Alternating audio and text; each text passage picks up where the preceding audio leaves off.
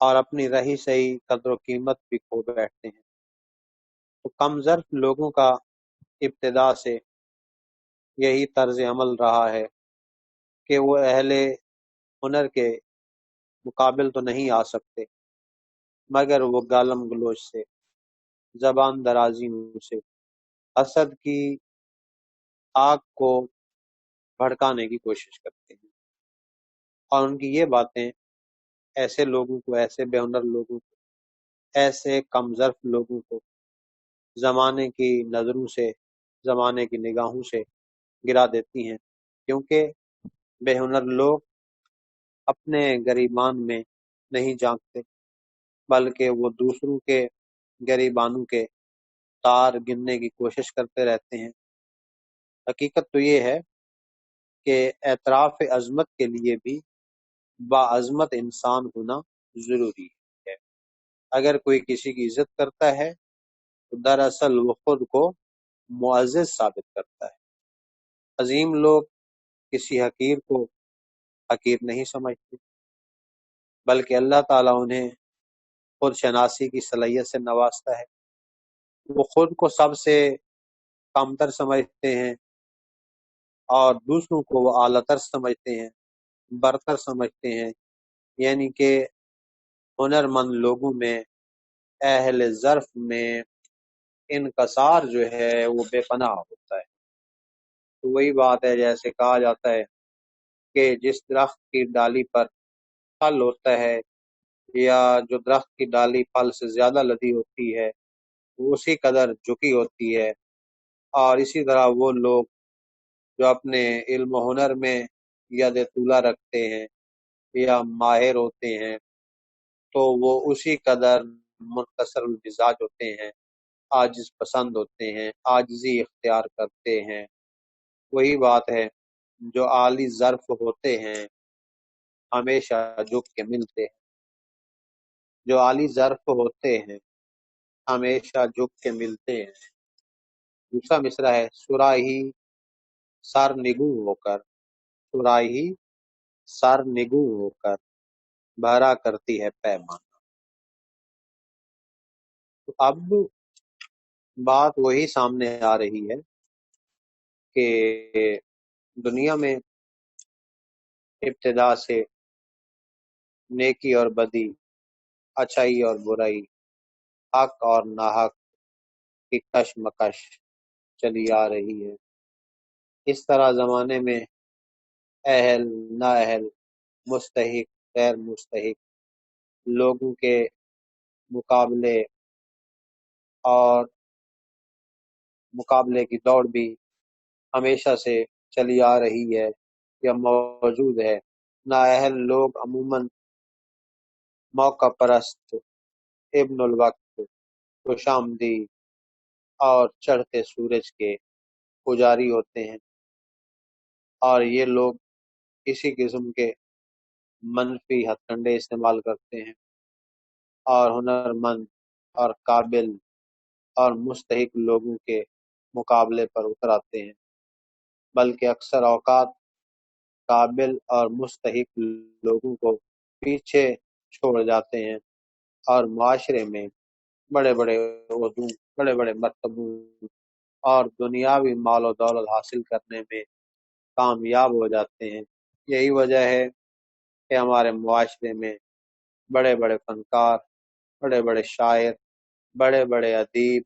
زمانے کی ناقدری کا گلہ شکوہ کرتے رہے، کیونکہ زمانہ یا معاشرہ صرف ظاہری حالت ہی دیکھتا ہے، ظاہر سے ہی واقف ہوتا ہے، باطن سے واقف نہیں ہوتا۔ حالانکہ نااہل لوگ جو ہیں وہ اہل لوگوں کے عہدوں اور مرتبوں سے کہیں کم تر ہوتے ہیں، کہیں ان سے ہیچ ہوتے ہیں، یعنی کہ ان کا مقابلہ کسی صورت میں نہیں کر سکتے۔ تو اب غالب نے کچھ ان الفاظ میں زمانے کی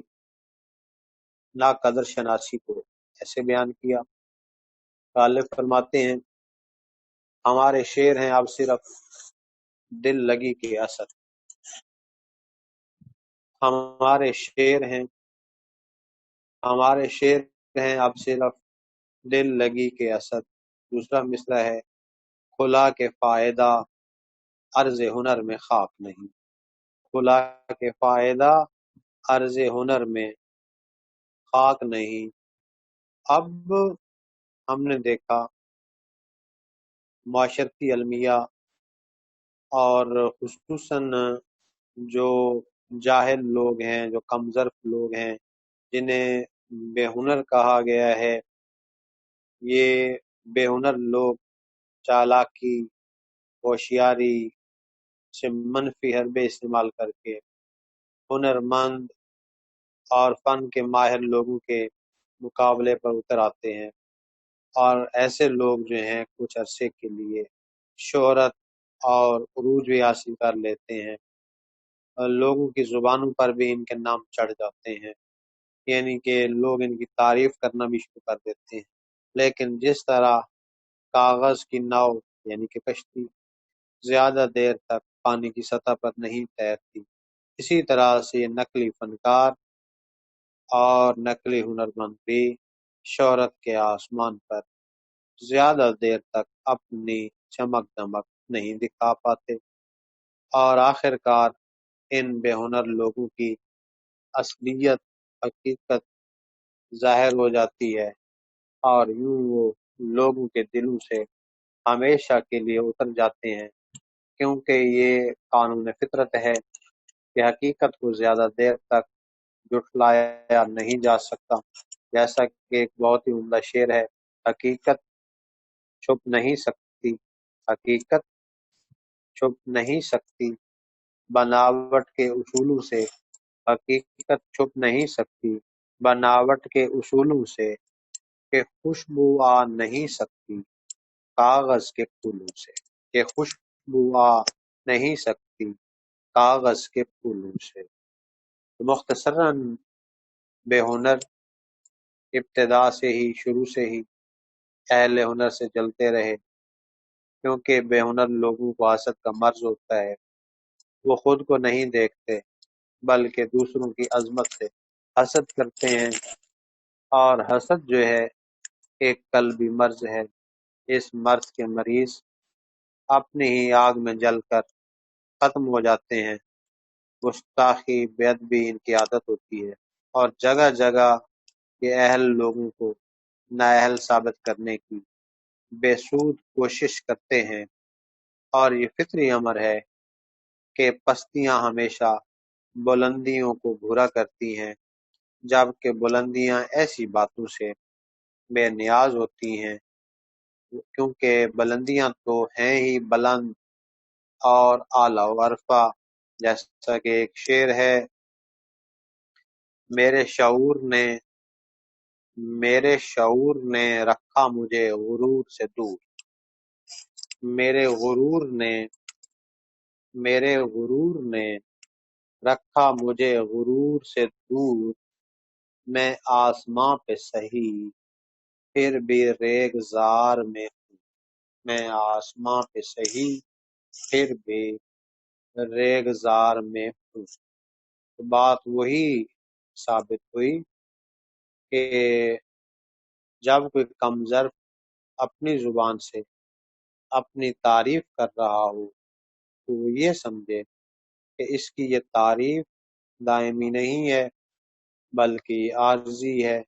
تعریفوں کے جو اس نے اپنے منہ سے پل باندھے ہیں یہ عارضی ہیں، یہ ایک دن گر جائیں گے،